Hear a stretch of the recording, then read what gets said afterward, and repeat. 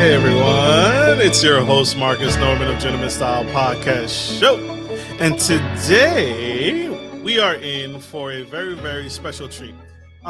We have been on a hunt for that conversation, that dialogue that is pushing back and breaking the mold. And as you can imagine, in podcasting, very few people are open to talking about politics. But we have been pushing back and searching, and we found an epic lady coming to the Gentleman Style Podcast stage today. I have come into the stage, and she said, yes, Miss Raquel Howard is a Michigan native, Army veteran, Purple Heart recipient, mom of 4 boys, and now, incredibly, a U.S. Senate candidate.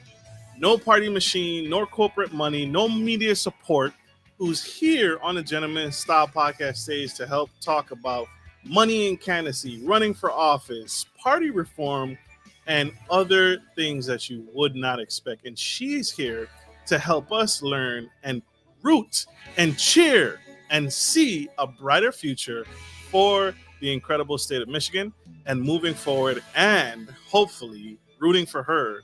I fell in love with her, and I hope you all will too. Miss Raquel Howard coming to the Gentleman Style Podcast stage. So, without further ado, I can't help hold back this lioness coming to the Gentleman Style Podcast stage today. Help me welcome to the stage Miss Raquel Howard.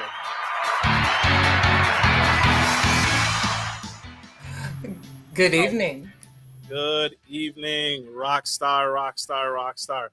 You are incredible. Ms. Raquel Howard, thank you for blessing the Gentleman Style Podcast stage today. Thank you for blessing us and being here and sharing space and providing us with the opportunity to have this conversation with you. I appreciate you reaching out. The ability to have this conversation, to share it with people, to have these communications that we just have not been having, it's a blessing to be able to do so. Absolutely. I want to start off with a softball question. I want to get into your head. I want to get into your mind. How are you feeling? And how are you feeling currently about the current state of affairs of Michigan as it pertains to the political arena and the political climate? Feeling confident, feeling down, feeling up, feeling right, feeling left. But that's why I want to start. I feel like that's kind of the place to start. I think it depends on the day that you ask me. Is going to depend on how I'm feeling. As a general rule, it is. I'm hopeful in the sense that I see a lot of people coming out. I see a lot of candidates for a variety of different offices, which I'm a believer that the more people who show up, the more people who have ideas, the better we're going to be. But it's also incredibly frustrating because I see kind of a continuation of the same old saying. And I think what we need, if we're going to be moving forward, if we're expecting better, we need a different person. And that's kind of this war that I deal with. I'm so thankful we have lots of people showing up. I'm a little frustrated that we don't necessarily have the diversity of people that I would like. Absolutely. And speaking to diversity, again, I did you no justice with your incredible bio. When you say diversity, you come to mind big and bold in bold print and italicized letters, right? Army veteran, Purple Heart recipient, mom of 4 boys, and now U.S. Senate candidate. Like that's incredible. You are phenomenal. How do you juggle it all? How do you do it all? And why now? First off, forgive me. Thank you. Thank you for your service. Oh my gosh. Right? Gotta check the block here. But what brought you to where you are today? Where I am today. It's been a history of kind of giving back to my community and service. When I graduated high school, I went to work in the community as an EMT on an ambulance. And I worked with every possible demographic that you could have. After that, I went to the military and I served for 14 years there before I was medically retired. I had the sense of being able to serve both my state as a National Guardsman as well as the nation in my federal deployments and some of the stateside national deployments that I had. And it is such a gratifying feeling to know that you are part of something bigger.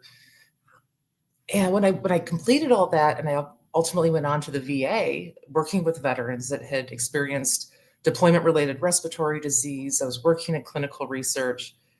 Again, you're just getting this amazing feeling that you're part of something bigger.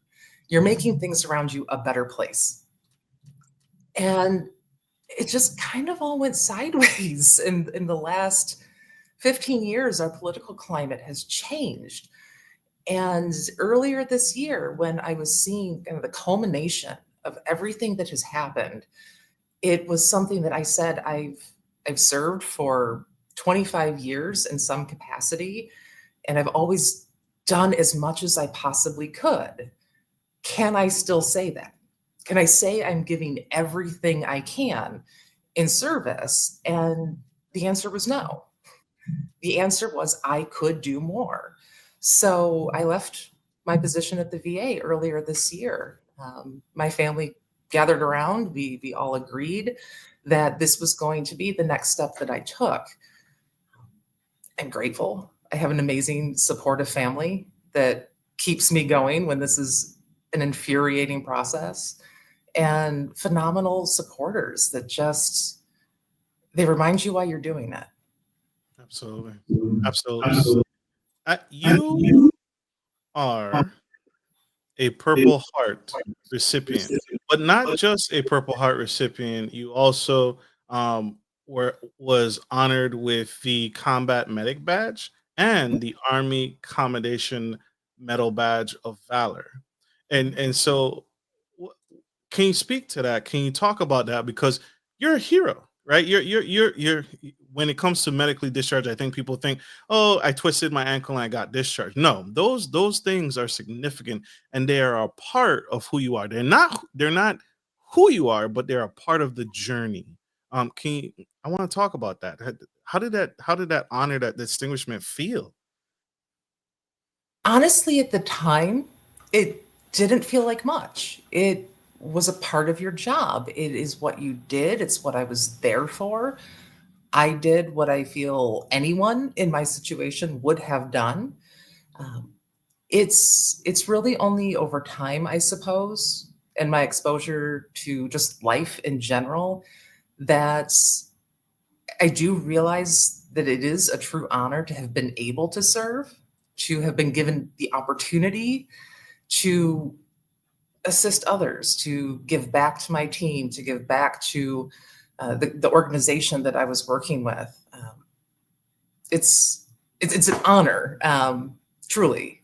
So it's morphed over time as I've just kind of grown wiser, I suppose, in my thought process. Absolutely. And you are, in fact, wise.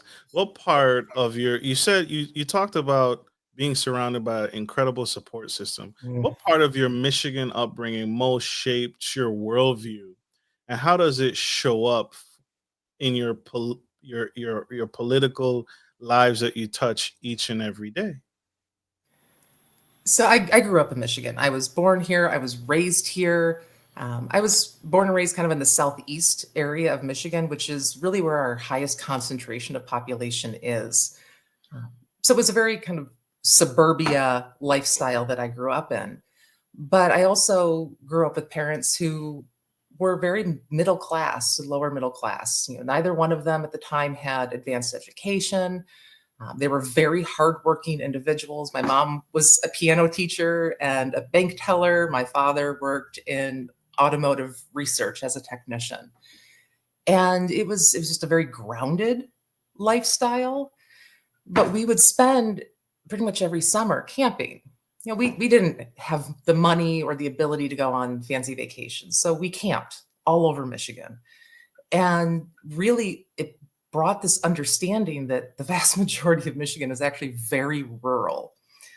And that was something that I don't think I fully would have been exposed to had I not had that opportunity to go and really explore the state.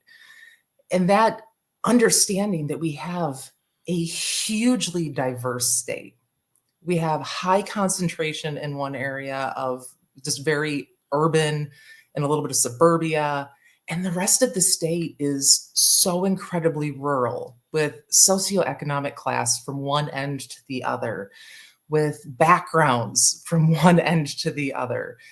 And that understanding just kind of shapes how you view pretty much every circumstance in life.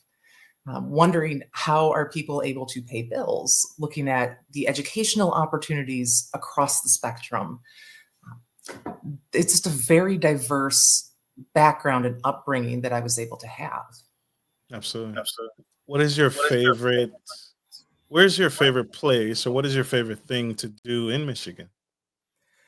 I fondest memories camping in Porcupine Mountains. So the Porcupine Mountains are way up in the UP, and they're just beautiful. They are absolutely beautiful. You can hike, you can camp, there's waterfalls, there's trails, you have the water right there. That's God's country. That is pristine. I love that. I love that. I need to come. I need to come visit now. She got me. She got me hooked, line, and sinker. I need to. I've never been to Michigan, so Oh, forgive me. really? I need to come visit. Come visit. Absolutely, absolutely.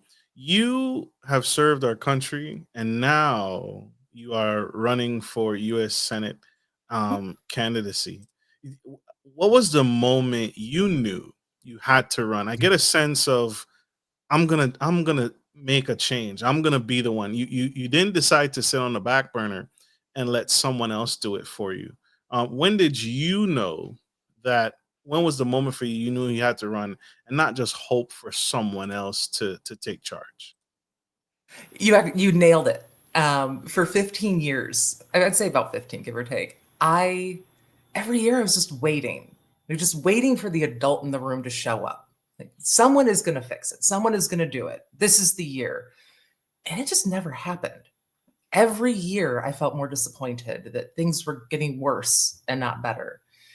And this year I was a federal employee working at Veterans Affairs, and there was a lot of concern.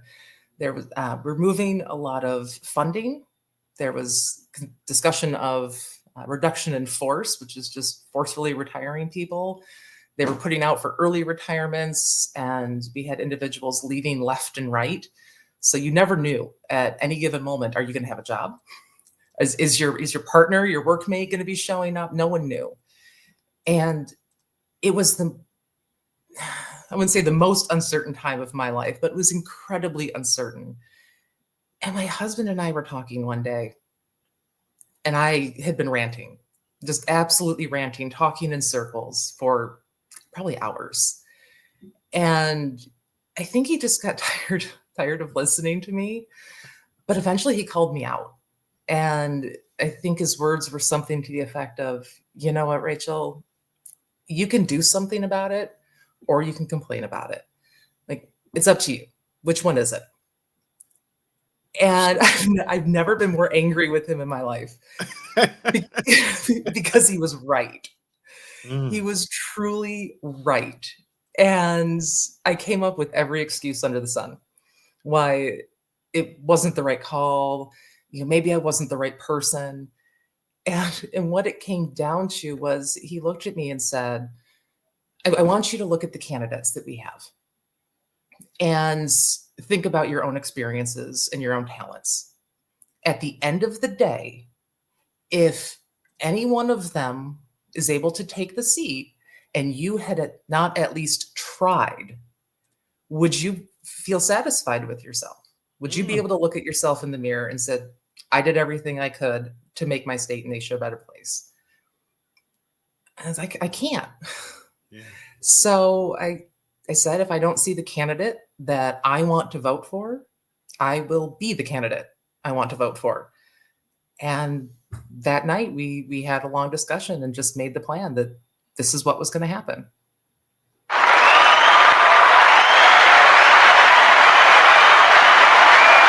You bodied it. You said it. I have felt this. Too many of us, um, as Americans, we get comfortable at looking and saying, well, someone else is going to fix it.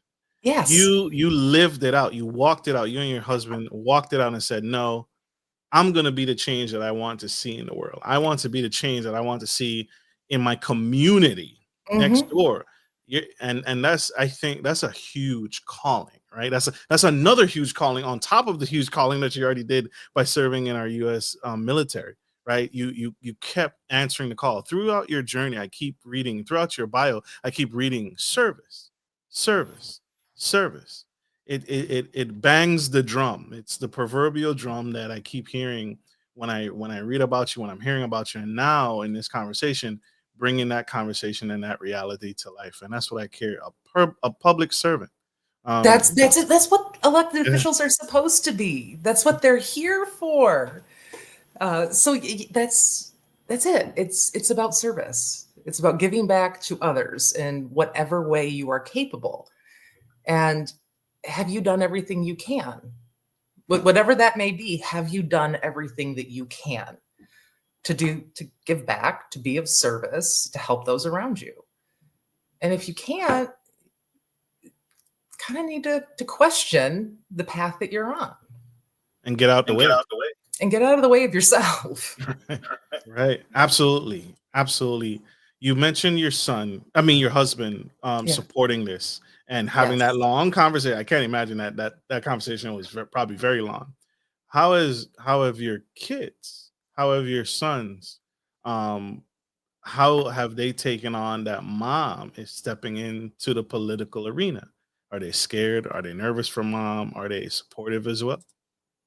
So we have a blended family Okay. with a 2 and 5 year old that are ours, and my stepsons who are almost 15 and just turned 18. The 2 and 5 year old, all they know is that mom's hours are different. That mom doesn't turn left to go to work when she leaves the house, and that strangely she has things to do at night now. So that's really all that they know. The older boys obviously understand the context. They understand the climate that we're in right now. So we did have longer conversations with them, really making sure that they also were on board because they're impacted by this decision as well. They they both, I think, were slightly in shock of the concept. Really? It's not something that anyone really ever thought about or planned for or talked with them previously about. But I've actually had a surprising amount of support. It's interesting when you have teenagers sharing your political stances or things that you do or places where your name is popping up and sharing that with their teenage friends. It's nice to see them get engaged. There's also that you kind of want to keep them sheltered and protected. So it's an uncomfortable situation for me, I think, because they do have the risk of being in the spotlight. But this is their world too. And they're I, going to be the people that take over after us. So start now. and be a part of it, and be a Yeah. part of it, and be a part of walking that out and seeing what that looks like. Yeah. At the end of the day, I want them to see that I did everything I could, that it's part of just what you're supposed to do and who you are, your values as a whole. It's you do what you can, period. Have you had to make, what's one of the most significant changes you've had to make, for your family? Because just like you said, um, I think of the a book of I like to read biographies of past successes and wins and, big figures like yourself. And one of the things is they sometimes change, or sometimes that legacy, that path that we build can stifle our own children. Like I'll give you an example to lead into my question, which is I read the book about J.P. Morgan, his biography, Mhm. and he had amassed this legacy, this wealth, all the things, right? But one of the things he had to do with his son when passing on that mindset, that legacy, is he had to be careful. He had to be careful because, and he gave a fraction of his legacy to his son, and it almost killed him. He had to, his son was hospitalized because of that walk, that empire, that journey. What changes have you had to make to protect your family and protect the solidarity of your family, blended, non-blended? What changes have you made, and what's the biggest one you've had to make? I think at this level, the impact is much more tangible. Hmm. For us, I had to leave my employment. So you're Had not to. permitted to be a federal employee and run for partisan office. Ooh, So it's a bit of an adjustment, I think, for the family because you kind of have to buckle down on things. You just don't necessarily have the money to go do what you would have done otherwise. Can't be quite as free with gifts and things that we might otherwise have done. But I think at this stage, I'm still a small enough name that the legacy is not quite as impactful to them, but there is the concern that they will feel just pressure.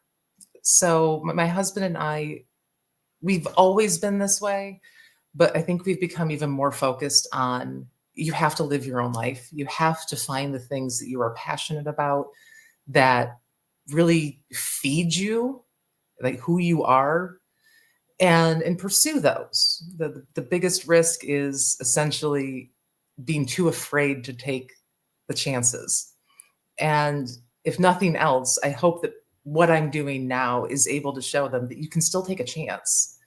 As long as it's something that you believe in, that you feel is right for you, get out of your own way, take the chance, and see where it goes. absolutely. I What comes to mind for me and what scares the living daylights out of me, and I can't imagine that I know you felt this as a mom, as a parent, is the media, right? And even though this is Yeah. media, that's what scares the ever loving Mhm. but Jesus out of me. It's like your son just strolling around, and he kicks a can, and it lands in a lake, and there's the media. Oh, Mrs. the Howard family is littering. They're Yes. destroying Mother Nature. How can you move against the environment? And like the media is terrible. So Vicious.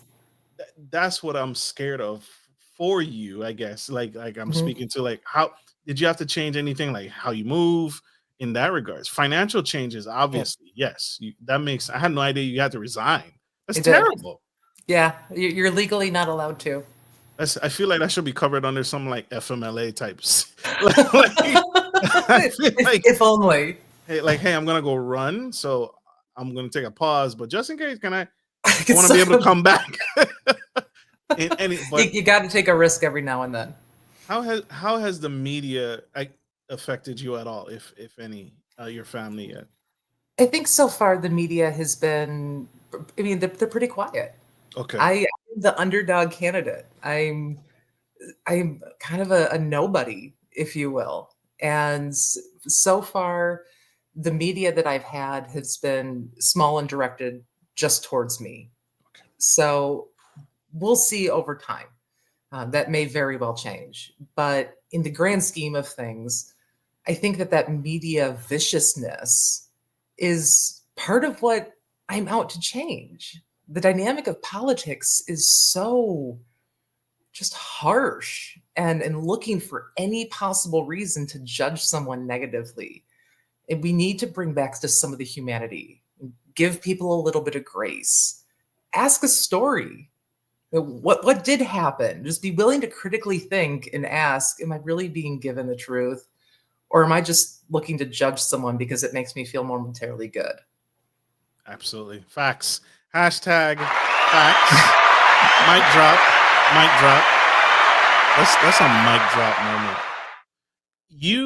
I want to pivot, because I think this is one of the most striking things that I read about you and learned about you, and again, many things about you made me reach out to you. But you are not only being the underdog, but you have refused corporate money and Mhm. party machine backing. That's unheard of in my lifetime. I can't speak to history, but that is unheard of in my lifetime.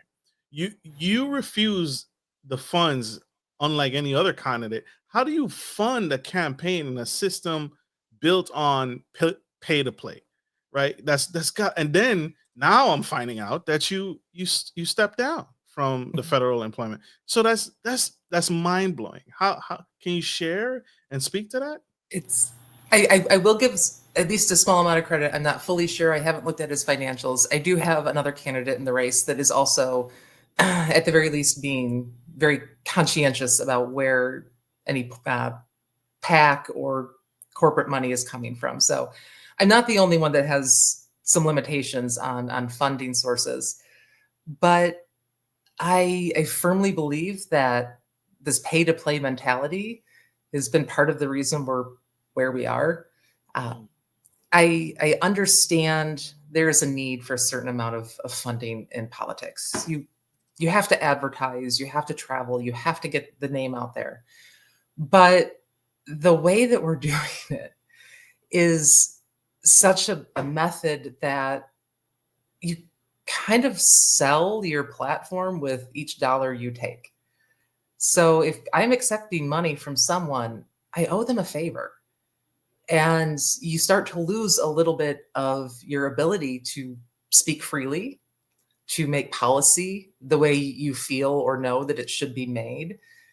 And that leads us to where we are. So it was something that I firmly believed in, that we cannot continue to allow organizations to buy our politicians and to buy our legislation.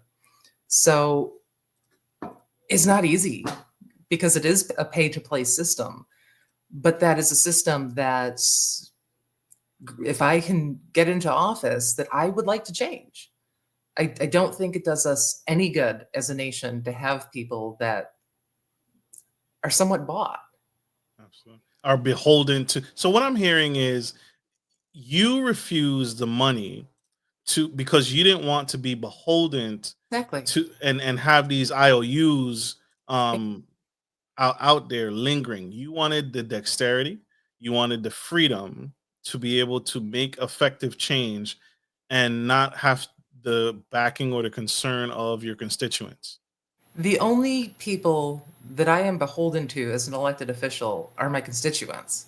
Okay. And whether they voted for me or not is Okay. irrelevant. Okay. You fall into someone's jurisdiction, that those are your people. Those are who you report to.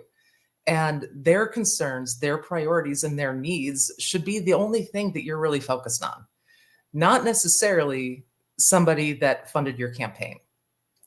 So, in order to remain as neutral and unbiased as possible, I think that that funding mechanism needs to change. What would you change? How would you change it? Can you share? How would you How do you get the money out of politics, yeah. or make it fair ground to a certain extent? Yes, ma'am. I I think that there's probably a number of ways that you could make adjustments to it, and I don't think you can ever get the money out truly. But what I would like to see is something similar to a model of, you cannot donate directly to a candidate. You can donate to a party or to a position. And anyone who declares candidacy by a certain date gets an equal share of that funding that was raised. Everybody has the exact same amount of money to start. Nobody is directly beholden to anybody. And you have a much leveler playing field without the at least direct IOUs. Absolutely. I love that. Love it. This is, if you're just tuning in, this is the incredible Miss Raka Howard on a Gentleman Style podcast show, spilling the tea, running as the underdog, not taking corporate funds, Purple Heart recipient, Army veteran, served our country, served the United States her entire, what I'm hearing, her entire life. She's here on a Gentleman Style podcast stage, blessing us, sharing insight, wisdom, and I'll tell you what, she got my vote. I'm not even in Michigan, and but Move I'm to rooting. Michigan. I need to move. We will be moving. Me and my partner, we will be moving. So for sure, uh, you are are necessary. I want to say you are a rare gem, and I want to shout out your parents right now, right? Because to have the mindset, I think the um, I can only speak for the United States, but I think you are right. I'm not in Michigan, but you are rare. You are an anomaly, but I think you're so needed. You're the breath of fresh air that I think people have been wanting for a really long time. Is something different, right? Mhm. It's always been Democrat, Republican, Mhm. and you know which you kind of know where people stand. But someone Yes. who didn't take a stance in any direction, who didn't take corporate funds, that is different. And I think I want to encourage more people to see you and to see what you're about and to see the mission you're on and to see your history. That's why I'm asking these questions so that people can hear that there's more to us in the United States. There's more to you, right? And I we need more of you. What would you say to that young girl who was where you are, and feeling just defeated right now for the state of Michigan, feeling like there's need to change, but I can't do it. I'm not big enough. I don't have enough funding. I don't have the right job. I don't have the right credentials. I don't have the right academics. I don't have the 4.0 GPA. What would you say to that young girl watching you right now, who's not feeling confident for Michigan? If I can do it, anyone can do it. And I Mm, say that incredibly, incredibly honestly. I was not a good student in high school. I wasn't a good student after high school for a while. I spent multiple iterations of my life having to go back and live with my parents because the jobs that I got just weren't paying enough for me to have my own apartment. Um, I mean, I've got all sorts of ups and downs in my life, and you find a way, and whether that's through the blessing of phenomenal supportive family like I had that was you'll always have a roof over your head. You'll never be homeless. We will provide you with that. Um, whether it's a church, whether it's friends, having those people that really are going to back you and keep you from doubting yourself. When it comes to the resources, there are resources out there. And if it takes knocking on 99 doors to find a person that is going to connect you with the right resources or the right assistance, knock on them. Because on that 100th door, that may be the person that can connect you with what it is that you need. So if there's someone out there that needs help, that doesn't know what to do, that wants to do more, call me. I'll help you. I will put you in connection with whoever it is I can put you in connection with. Because not a single person in this state is alone. We all live here. We all care about the outcome of our state, the people of our state. And if we can connect with each other, you can do almost anything. that's a win. That's a win. That's a win. I'll take that. You guys, this is an absolutely incredible. This is an incredible conversation. You can do it. Yeah, You can do it. And I would take up that. I encourage any young man, any young woman to take up that offer. Reach out, connect. If please. you because the world, Michigan is lacking. Michigan is lacking. And change is needed. Like I said, change is needed, and this is necessary. Change. Oftentimes we fight change because we don't understand, and instead of being against change, gain some understanding, gain some clarity, and connect and connect. And here she is opening the door. I think you nailed it though with the change is scary. It is scary. Change is terrifying. And a lot of us are afraid of failure. So we choose to just not take the risk because we don't want to risk failing. We don't want to risk stepping out of our comfort zone. And I think that's part of how we ended up to where we are is taking a risk, and taking a chance is hard. And there's a certain amount of culpability you have to accept with where you are. And that's also kind of hard to do. It's easy to point a finger. It's real hard to look internally. So you nailed it with the change. Absolutely.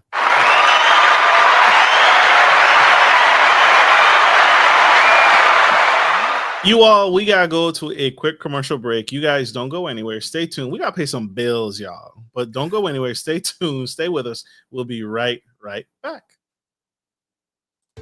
Are you a local business looking to offer your customers easy access to cash without having to travel miles?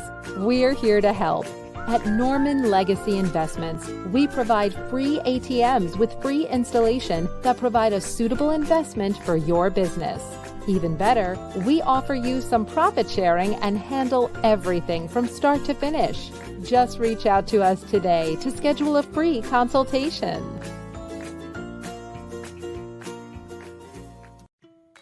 Baby Gear Services DMV specializes in high-quality baby gear rentals in the Maryland and DC metro area. We have a wide range of baby gear items for rent, including wooden cribs, car seats, high chairs, and more. We also offer seasonal specials and free delivery. Our prices are very versatile to cover every budget. Wooden cribs start at $17 a day, high chairs and even car seats start at $5 a day. Check out our website, www.bgsdmv.com.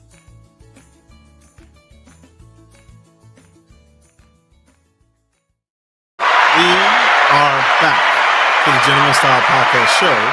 We have the incredible Miss Raka Howard running for U.S. Senate here on the Gentleman Style Podcast Show. She is absolutely phenomenal. She's peeling back layers. She's sharing parts of her story that is just service. I said it before. If you're tuning in for the first time, you've missed anything that we've said that she's talked about, go back, scroll back, and check her out. We are on Apple, iTunes, Spotify, Facebook business page, LinkedIn, Ghana, iHeartRadio, even Audible. Anywhere you get your podcasts, we are there. And she is here helping us root for this combat medic, this Purple Heart recipient, and now Senate underdog. We are here to root and cheer her on. Absolutely.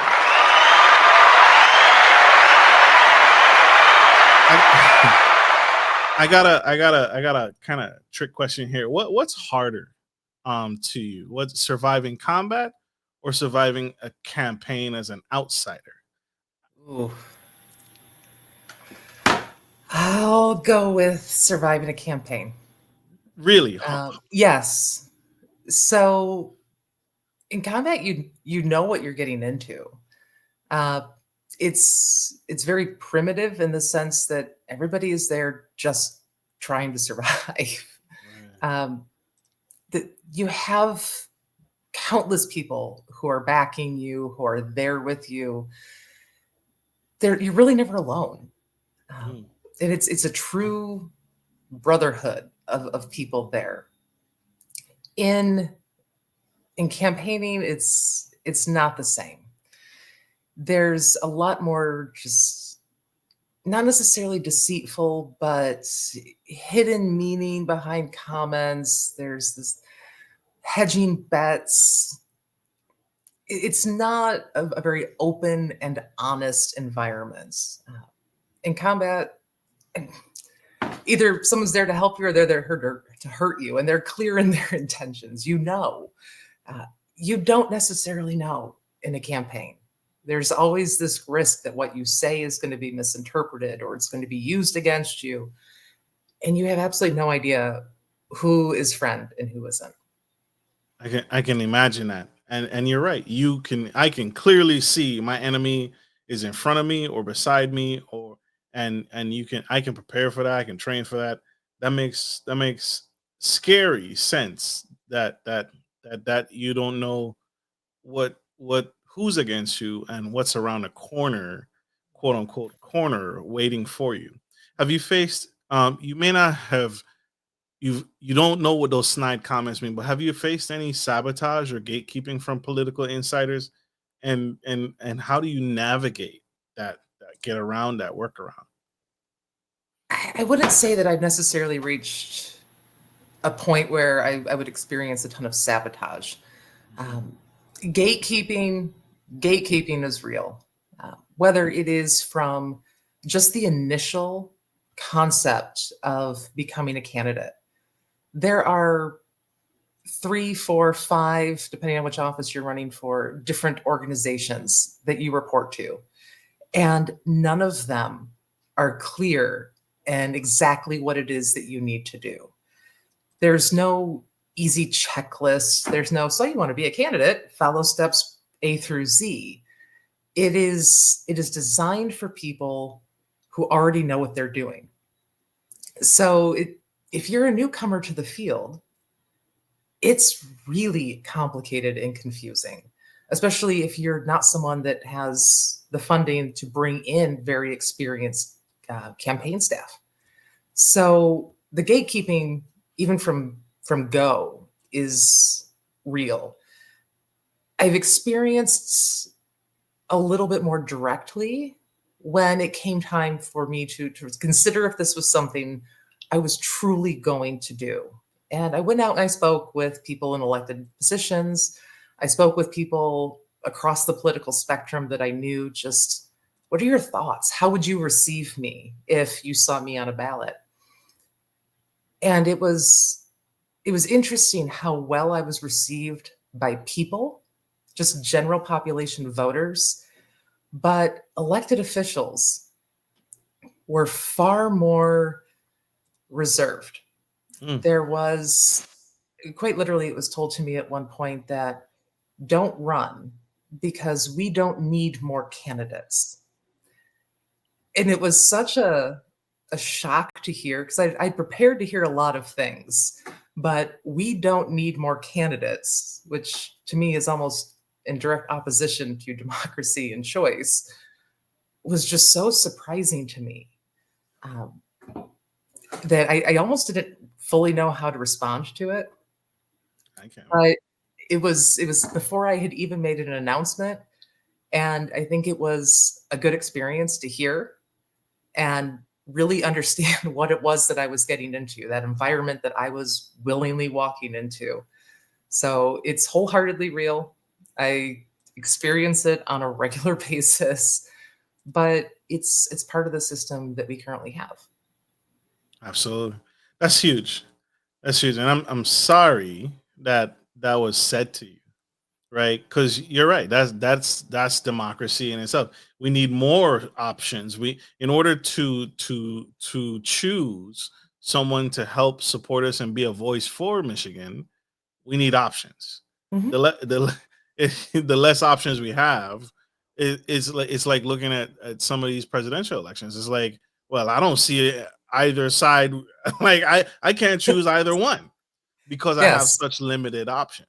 So that was completely against I agree with you. Yeah. That's completely against democracy and what it stands for, and the right to choose. I need Mhm. options. I need options. But not everyone is as brave as you. Not everyone is put themselves in the front lines to be that change, which you discussed earlier and we shared earlier. That's the hardest. That's one of the hardest things to do, is look in the mirror and say, change it yourself. Do it Yeah. yourself. What's a strategy? Can you share? What's your strategy for reaching voters who've never heard your name before? Because the people that know you, you're well received. But Yes. there are new people who haven't heard of you yet. So what's the strategy to get to those people? Oh, the vast majority of people haven't heard of me. I didn't come from an existing political position. Sure. I haven't worked my way up a ladder for people to be exposed to my name. So I expected to go in and have everybody look at me blankly, like, who the hell is this person standing in front of me? So I expected that. But with the pay to play climate that we're in, we have to be very creative in how we choose to actually reach people. We can't pay $45,000 for a single 30-second commercial. Mm. So a lot of it is truly just going out and talking to people. And I can't reach absolutely every single person in the state for a private conversation, as much as I would like to. But it's going to every event that I can find. It's talking to every single person that I can talk to. Because I have found when I actually speak to people, and we have a conversation. It's not just me speaking at someone. It's us talking. That the kind of that veneer of a politician kind of comes down, and it's just person to person. And there is a connection there and a realization that we all just want what is best for us. We want what's best for the state. We want what's best for the country. And I think as one person put it to me, they appreciated and admired the candid nature, the real conversation, and not this polished, canned speech. So that's my strategy, is the connection with people. And my general ask of them is, I mean, if you can donate, that's great. But even more important than that, simply share my information. Because I believe, regardless, at the end of the day, whether somebody votes for me or not is not what's most important. What is most important is that every single voter gets the information to make an educated choice. Yes. So I just tell people the best thing you can do is to share my contact information, share my platform, direct them to me. I take phone calls and emails personally. And let's start a conversation and make sure that you are confident in whatever decision it is that you make. You are carving out a new path. You are carving out, and you're giving me and everyone watching you confidence to say, man, I I'm not confined to this box. I'm not confined to anything. Like you said earlier, if she can do it, I can do it. And you are pioneering something new. And I hope people, one of the many things that people pull from this, not just to look at you as a whole human being, but to also see that, man, I I hope the change, because you're also affecting change. I hope the change sticks and it doesn't just end with you. I hope people feel influenced by you and supported by you and encouraged by you. Because if she is able to make change here, what else can I change around me? What else can I influence around me in my own, like I said, my neighbor, my Mhm. backyard, and that's what you stand. That's one of the things you stand for. It's a Is ripple effect. it's a huge ripple effect. What's your leadership style, and how does that differ from military? Obviously, from now the typical politician, because you've been trained in combat, right? And now it's different. It's peace. It's equality. It's different. Well, how, has your leadership style evolved or changed, or are you still the same soldier? I would say I'm the same soldier, Okay. but not necessarily in the way that you would think. My leadership style tends to be very servant leadership based. Um, I I believe that everybody has something valuable to give. That there are a lot of people who have more information and thoughts and creativity than just me. The best way to come up with plans and solutions is to talk to as many people as you can. And then kind of synthesize all of those and come up with what the final plan and solution are going to be. But you have to lean on others. You have to get those perspectives and those concerns. So it's a very servant leadership style. The military side of me was actually very similar. Okay. So, I mean, at the end of the day, yes, I make the final decision in certain circumstances, but I'm not going to make it in a vacuum. I'm Mm. going to make it after educating myself and understanding the environment and the people around me. So it's really not any different for me. Absolutely. Absolutely. Who do you admire politically, even if you disagree with him? Who's someone that you have an insurmounting amount of respect for? Politically, that I did agree with. I very much have a lot of respect and appreciation for Roosevelt. Roosevelt was very similar in my mentality. He founded and passed the Square Deal. which was consumer protections. It was conservationism. It really just, it kind of matched my concerns and my beliefs and the things that I think we need as a nation. And it was not always well received, but it was very, very needed. So he was looking to create as level of a playing field as you could for the time. So I think that kind of politically leaning, that his goal and his essence, what he stood for with that square deal, was really kind of a mentor. It's kind of a guide for me. But just on the basis of as a person, controversial maybe, but John McCain was a remarkable individual in many ways. Yes, there's the military connection, but he also, I mean, he faced a lot of heat from a lot of different directions, and he took it, and he took it well. He didn't necessarily just stick with his party. He communicated. He was friends with people across the aisle, and he didn't hide it. There was no shame in that for him. And I think that there is something to be learned from his behavior, from his mentality. Didn't always agree with him politically, but I do admire the strength that he had. And that's fair. That's fair. That's cordial, right? That's how Yeah. that's how we get better, right? I can disagree with you and still respect you and still admire aspects of you. That doesn't mean we have to go at full scale war or be in conflict. We can agree to disagree. That's huge. That's huge.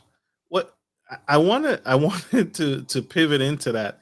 Um, what's one policy you would support that would just make make the current people in office squirm? What's one policy you support that would make both parties just feel just this is what? I think everything that I stand for probably makes both of the parties squirm. Um, I'm so my entire history, for the most part, my adult life is built around identifying and creating systemic change, getting stakeholder buy-in, coming up with actionable plans, and then actually implementing and continued evaluation of those plans. It seems like our parties at the moment are very focused on these band-aid solutions that will get them votes for the next election, as opposed to true, deep, lasting systemic change that doesn't always necessarily benefit a party politically. Things like election reform, getting the money out of politics.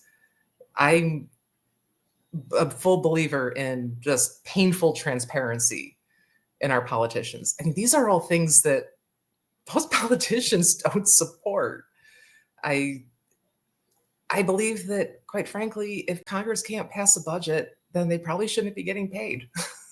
If I didn't do my job, I didn't get a paycheck. Right. I mean, these are the things that. Like, why are you the one that's able to set your own pay scale? Nobody has control over your pay scale but you. That seems a little bit like a conflict of interest. That doesn't work anywhere else, right? Doesn't work anywhere else. So I mean, there are so many aspects of how our system is operating that I look at and say, this is very self-serving and is the antithesis of what we are supposed to be. Do you think every politician should serve in the military before No. running? No? Okay. No. I value service clearly and very much value service, especially military service. But there are so many people out there that have incredible talents that may not necessarily be compatible with military service. And there's no reason to prohibit those individuals from being able to share those talents and better the nation simply because they were unable, either mentally or physically, to really take on that challenge. I had a friend like that. She fought tooth and nail to pass the ASVAB. And she was like, Marcus, I need a test. I need to study. I said, it's an aptitude test. You're not a good fit? Marcus, just tell me the secret. How'd you pass it? It's an aptitude test. It's based off of what you are naturally good at. Yeah. I just want to pass. It's an aptitude. You're not cut out for the military. There are other avenues. I'm sorry. Yes. It's not for everyone. And to me, there is absolutely nothing wrong with not being a good fit for the military. It doesn't serve the person any good, and it doesn't do the military any good either. Absolutely. Not because now you're in and now you're my battle buddy. Oh my God. Gun laws. How do you feel? Are you in support of First Amendment gun laws, or are you against it? How do you feel? I am a constitutional fan. I believe in people's right to bear arms. I just do. If you want to eliminate that, work to change the Constitution. But until that happens, that is people's rights. I also believe that there needs to be common sense legislation that keeps them from being overly negatively impactful to society. I hesitate on some of the laws that are passed simply because I have concern about implementation and how much good it's going to do. An example is Michigan recently passed red flag gun laws, which I love. I love the concept of it. If somebody is going through a crisis, they're not a bad person, and they're perfectly capable of handling weaponry responsibly. But they're going through something at the moment. And it's a safety issue for them and for others, for them to have easy access. Support that concept. But it's only as effective as its implementation. So now you're looking at having to ensure law enforcement and the courts are actually following through on those directives, that people's rights aren't being violated, and that they're making sure that they have appropriate evidence to ensure that I can't just make a complaint against anybody and their arms are removed. So I think implementation is incredibly important when we're talking about something like gun laws. Absolutely. Doesn't matter how good the law is. If it's not enforced, it's irrelevant. Absolutely. And the system is in place to ensure everyone's safety, but not violate your current First Amendment right. I have two more political hot topics, and I'll preface you so you can think through them. It's Medicaid and cannabis. Those that come to mind. And so those are the two political charges. What are your thoughts on cannabis and the sale, wholesale, retail of cannabis in the state of Michigan? Where do you stand on that? As a general rule, I don't really care what people do in their own home. It doesn't matter. It doesn't impact me. It doesn't matter to me. My biggest concerns with it is similar to alcohol, but alcohol is a lot easier to identify. You can go smoke and then drive and cause horrific accidents. And it's real hard to necessarily just see that you're impaired unless you get picked up and taken in for blood testing and such. So I have concerns about how people view it and there's the responsibility of their actions while using. If they want to use it, I don't care. But it's also got some support in the medical community. And if the research is present for medical purposes, go for it. There's a lot of research that says that it could be useful in a number of different medical conditions. And so I do think it should be available if there's evidence-backed research behind it. Maybe not necessarily in a school zone. Right. I will say there are instances in which I see some of these businesses popping up in less than ideal locations. So I would like to see a little more restriction around that. I don't think necessarily having a cannabis shop next to an elementary school is really an appropriate location for it. That's fair. Currently, I haven't seen a ton of legislation around controlling where those businesses go in place, but we'll see as time goes on. Well, they're disguised. Some of them, they're disguising as something else. They're masquerading as something else, right? It's like, oh, we're not a cannabis store. We're a vape shop. We're a t-shirt business. Yeah, honestly, in Michigan, it's really blatant. Oh, they're open. Pretty Okay. much, you can't go a couple miles down a highway without seeing a giant sign that says, "Come to our pot shop." Hmm. It's very prominent. So, are there hidden ones? Yes, of course there are. But there are also a lot of very, very clearly designated cannabis your shops. In your face. Wow. Oh yeah. Oh, that's rude. That's very rude. Well, son. Well said. Well said. Thoughts on Medicaid? Um, does it need reform? Good as is, or can we always improve? Um, Thoughts on Medicaid in the state of Michigan? I don't think there's ever any system that doesn't have room for improvement. Yes, ma'am. The amount of money that we spend on healthcare and insurance, we're basically an insurance plan with an army at this point, with the amount of money that goes to our system, our health systems. But it is an incredibly needed and necessary program that I have a lot of concerns about with the recent legislation and its impacts on people. I am fully in support of Medicaid. I personally would like to see a single payer model for the country. But if there are going to be any impacts, any cuts, any revisions, any change to Medicaid at all, I truly feel that there has to be a better plan already ready to go. That no decision should ever be made if it is going to impact a population negatively and eminently. So you want to make a revision, you think there's a better way to do it, I'm in support, I'll listen, I'll hear it out.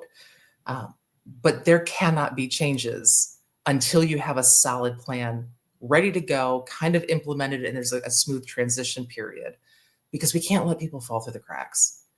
That is my biggest concern. That's my biggest fear, is that individuals who don't have anything to fall back on are going to become more ill, that can lose their lives. It's a scary situation for a lot of people right now. And we've gone about change in the wrong way. Absolutely. Absolutely. This is incredible. This is absolutely phenomenal. You are phenomenal. And You're so kind. I'm so honest. Thank you. I'm so honest. You are changing the world every day. Every day. The world is made better by you. And the world is impacted by you every single day. And I want to say this to you publicly. Don't quit. Don't give up. Thank you. We need you. We need you. When times get tough, when it gets hard, when it gets absolutely crazy. I know your husband got your back. I know the kids got your back. And I want to say to you publicly, so everyone knows, I got your back. Keep going. That's so kind. Absolutely. You are necessary.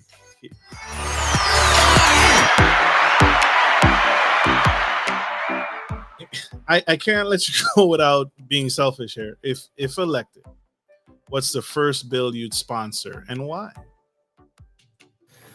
First bill, I think, would be a child care.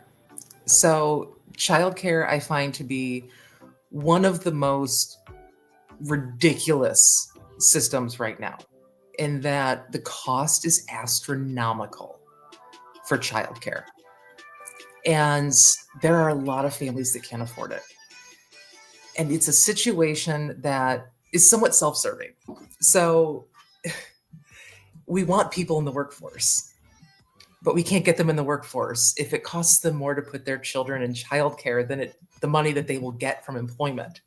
So aside from just being, to me, the right thing for people, economically, it's a needed choice to be able to kind of control some of these costs. I think that is going to require a lot of planning, a lot of thought to create a true change. But in the short term, I believe that all childcare costs, and that includes daycare or aftercare, summer care, those should all be tax exempt. You should not be paying taxes on the money that you're spending for the childcare you need to have a job. So the childcare credit, yeah, it's nice, but it doesn't touch what people are actually paying. It doesn't come close. So at the very least, the money that you are going towards childcare should be able to be removed from your income for tax purposes. That at least would help provide some more short-term relief and allow some time to create just a larger, more comprehensive plan. Absolutely. Absolutely. This is incredible. Incredible. How can people connect with you? You are a force of nature and you will not be moved or stopped. How can people connect with you? How can people find you? How can people learn more about Miss Raquel Howard who have not discovered you but need to discover you today? I'm on pretty much every social media. Thank goodness for my team who has been able to do so. Rachel for U.S. Senate is the handle for pretty much every social media out there. My website is rachelforussenate.org. I can be reached on there. I have a contact email. If you contact for questions, it does go directly to me. I answer every email that I get without question. So they can go to my website. They can reach out to me directly. They can also go to my social medias, and I respond to all of those as well. Absolutely. Absolutely. She does, y'all. How do you think I got her? No, she has a team, but she actually reads them. She actually reads them and she's involved. She's involved in campaign. What a thought, right? Shocking. It's very strange. Miss Raquel, again, you're amazing. You're incredible. Keep doing what you're doing. And unfortunately, y'all, we are out of time. We have to let this incredible woman go. She has many more lives to change, many more people to impact, and many more political figures to make squirm about the change that she's making and the waves and the ripple effect that she's changing for the better, for the absolute better. So we got to let her go. But for our audio listeners, that's Raquel for USSenate.org. Connect. She is amazing. All right, y'all. Like we end every show. Take care of your friends, take care of your family, and always take care of business. This is Marcus, your favorite gentleman, and the superfragilist rooting for Ms. Raquel Howard, changing lives every day. Love you guys. Thanks. Bye.